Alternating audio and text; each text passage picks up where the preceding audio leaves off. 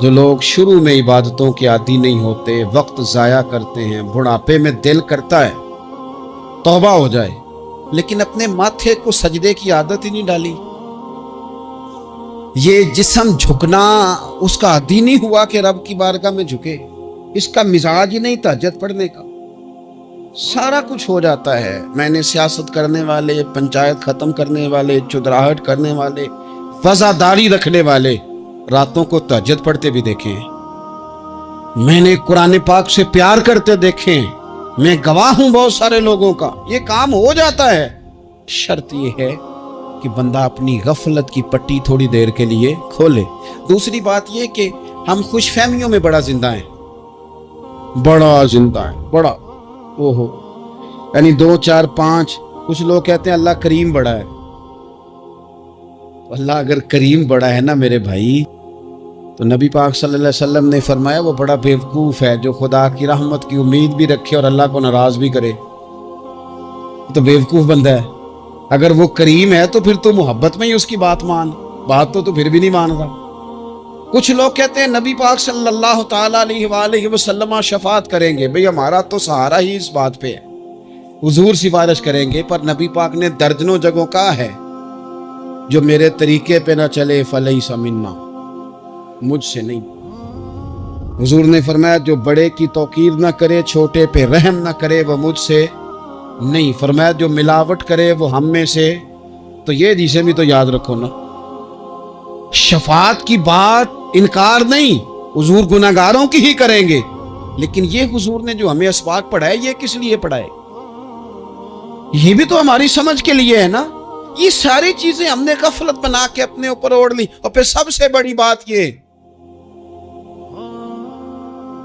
جو لوگ جنت کے وارث اور مالک ہیں نا، کریم محبوب نے فرمایا یہ جو میری بیٹی فاطمہ ہے جنتی عورتوں کی سردار ہے، تو یہ تو جنت کی مالکہ اور وارثہ ہیں، وہ تو ساری رات ہی نماز پڑھتی تھی، سارا دن عبادت کرتی تھی، پاک سب سے زیادہ تو ان کو تھا، تو یہ تو 1 منٹ کے لیے مصلی سے جدا نہیں ہوئے۔ اور جنہوں نے صرف امید لگائی ہے، کوئی ان کے پاس ڈگری نہیں، وہ بن کے بیٹھ گئے ہیں، وہ کہتے ہیں جناب جنت، مطلب ہم جسے کہیں گے معاذ اللہ وہ جائے گا، دوسرے کو جانے دیتے ہیں۔ اپنی زندگی میں خوش فہمیاں نہ لائیں، یہ غفلت پیدا کرتی ہیں۔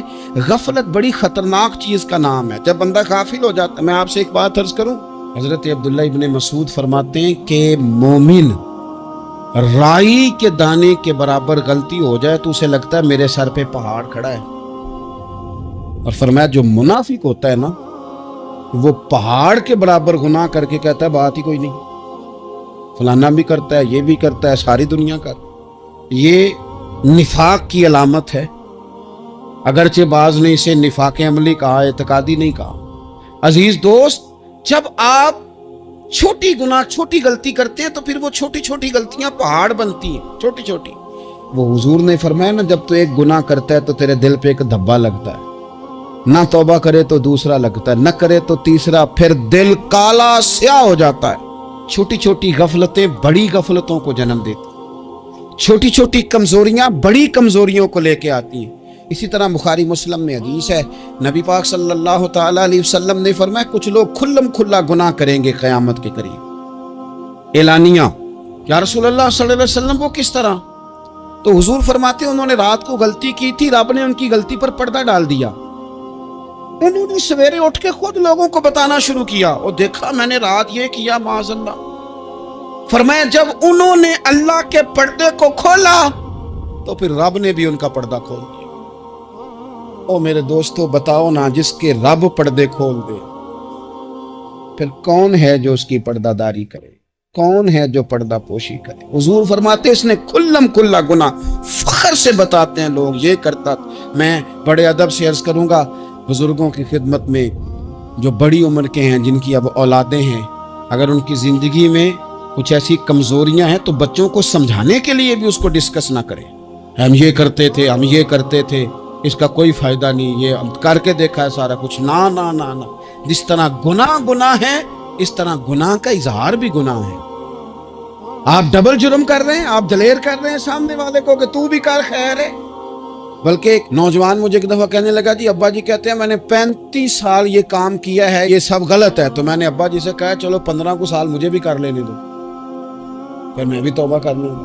یہ ہم لوگوں کو دعوت دے رہے ہیں کہ غلط کام کا. قرآن مجید کو آپ دیکھیں گے نا سورہ یاسین کے اندر یہ بھلا کفر کیوں ہوتا تھا، منافقت کیسے پیدا ہوتی تھی، بت پرستی کیسے عام ہوتی تھی، دنیا کے اندر ستارہ پرست، سورج پرست، چاند کی پوجا کرنے والے یہ لوگ کیسے پیدا ہوتے تھے؟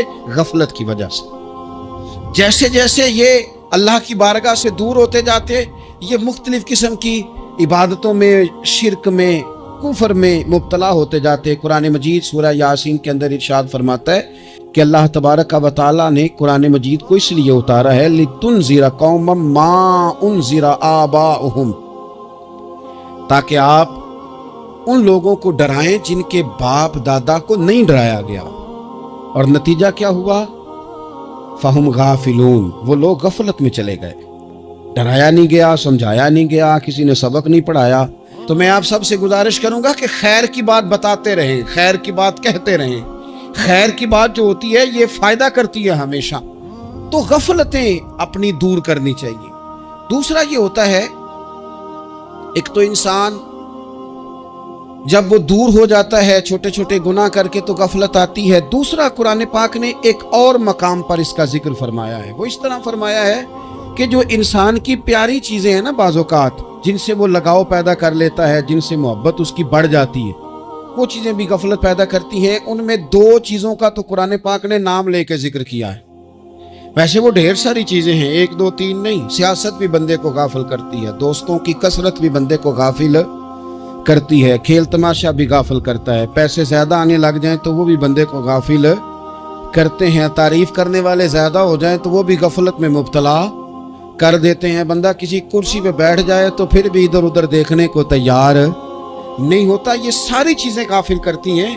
لیکن 2 چیزوں کا نام لیا قرآن پاک نے، فرمایا یا ایھا الذین آمنوا لا تلھکم اموالکم ولا اولادکم عن ذکر اللہ.